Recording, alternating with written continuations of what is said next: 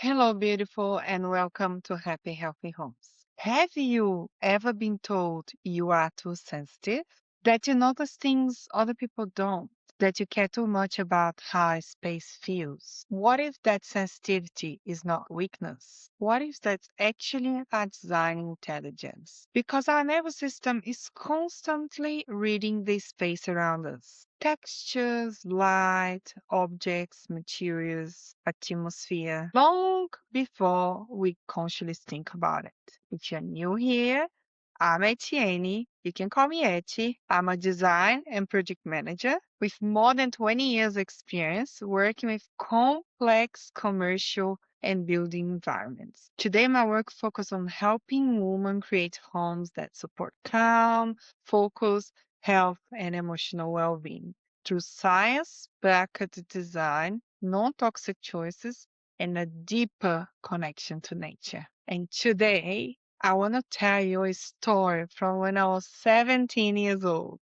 The moment I realized that this sensitivity will eventually shape my entire career. I had no idea when I was 17 that being sensitive would change my whole life. So let me take you back to Brazil. That's where I did grow up. For those that doesn't know me, I was 17 years old when I started working in a small furniture company. So I used to do design for this company. They had a shop in the middle of the city and they had a factory in the city as well, in a suburb. My job was simple. I was sat in the back drafting kitchens, wardrobe all day, earned really little money, but I loved drawing. And sometimes we would be asked to do bespoke furniture as well. One afternoon, a woman walked into the shop. She owned the hotel in town. I could hear her. I couldn't see her from where I was sitting. Her voice was a bit loud, so I could hear her speaking with the salesperson in the front. And I remember her saying something very clear to the salesperson. I want a counter. She was after a hotel counter, reception counter that stands out, something nobody has, something different. That sentence stayed on my head. So I walked into the sample room. I knew that the project was coming. I went to the sample room. They had a little sample room. For those who doesn't know what's a sample room, it's where the little samples of wood and colors and textures is like a library. Usually architecture offices and interior designers has a sample room as well. That was my favorite place. The entire shop was that little store. It was very little. And I started looking through the materials to get some ideas. And that's when I found this beautiful material I had never saw before. They're like little coconut tiles, little coconut squares. Was so delicate, so beautiful and natural. They were made from real coconut. Textured, natural, completely different from anything else in the shop I ever seen. So I designed a rounded, solid wood timber hotel counter and I detailed with those coconut tiles. And I did a detail so beautiful and strategic that would be really hard for someone else to copy. I always been very precise with my drawings and everything. I was really bold and that was so unusual. I had never seen that before and was expensive. I finished the drawing and left it on my manager's desk. Days passed by. She never looked at the drawings, never gave me any feedback. The afternoon that she had the meeting with the client, she suddenly started screaming, yelling from her office. I came running. She said the design was crazy. Are you insane? This is so expensive. No client will ever pay for this. And I remember standing there, 17 years old, no confidence, shaking. I was shivering. And every time I started opening my mouth to say something, she started screaming at me. So I just stay quiet. And she said, there is no time now to change. I'll have to show this to the client. And she went off very stressed.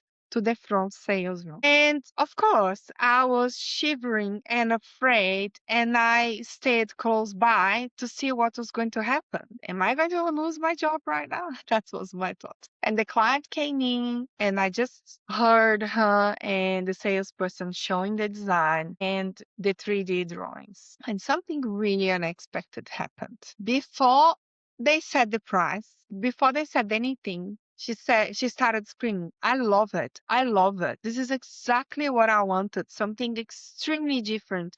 Nobody has it. She didn't change a single detail of what I've done. And then the manager even said, are you sure this count is going to cost 10,000 reais? At the time, that was a lot of money. I'll tell you that. And she said, I don't care. I said I wanted something different. And this counter will last me many, many years. I'll never have to do anything again because this is never going to go out of fashion. It's so unique. It's so beautiful. Everyone who gets into my reception will feel an impact, will feel good just seeing this. So my manager said, okay, we'll manufacture exactly as it is. And then she came back to me and said, you're very lucky this time. Okay. And deep down at that moment, even being so young and so unsure and didn't had any confidence, I knew that wasn't luck, you know? That moment right there made me realize something very important. The way I noticed materials. My relationship with design was different. I wasn't that type of person that just do it for doing, you know? Do the same old, same old. I could feel the materials, the textures, the atmosphere, and what people were really asking for. I could feel the people. It wasn't a weakness. It was a gift. I am sensitive. I always been sensitive. The hotel counter is actually the reason I decided to leave that job. I got home and I told the whole story to my mom. And my mom was really upset. And I don't want to go and talk to her because I was so young and said, no, I don't need to talk to her. I know what I want to do now. I want to study architecture. And my mom said, I think you deserve more as well. You're right. Because if I stayed there just doing drafting, I would not progress as much. And that's when I said, enough's enough. I have a gift. I have so much passion inside of me, and I want to study and be an architect, be in architecture. And that's when I left and went to architecture school in Brazil.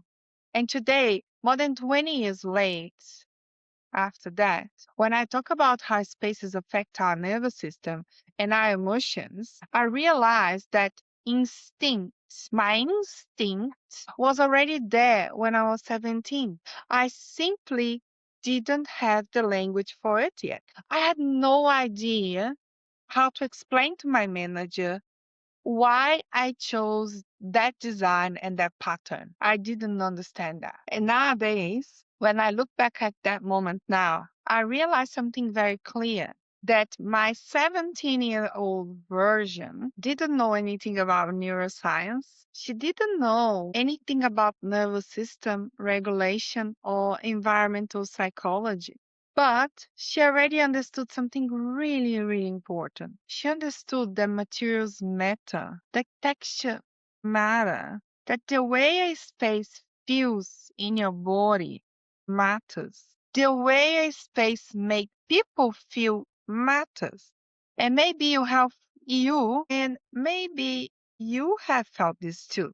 Maybe you walked into a space and instantly felt calm or instantly felt very overwhelmed. That's not random. Your nervous system is constantly reading the environment around you, which means the home you live in is either supporting you or quietly draining your energy every single day. And the beautiful thing is that something you can change. One choice, one shift, one corner at a time. In this conversation, if this conversation resonates with you, make sure you subscribe to our channel so more women can discover this podcast. And if you're ready to start designing a home that actually supports your nervous system, your health, help you feel calm, focused, relaxed at home, join me for my webinar, Calm is a Choice. I'll walk you through steps, the what and why these spaces make us feel how we feel. You will find the link on the show notes. And remember, it's not about perfection. It's about unconscious choice at the time.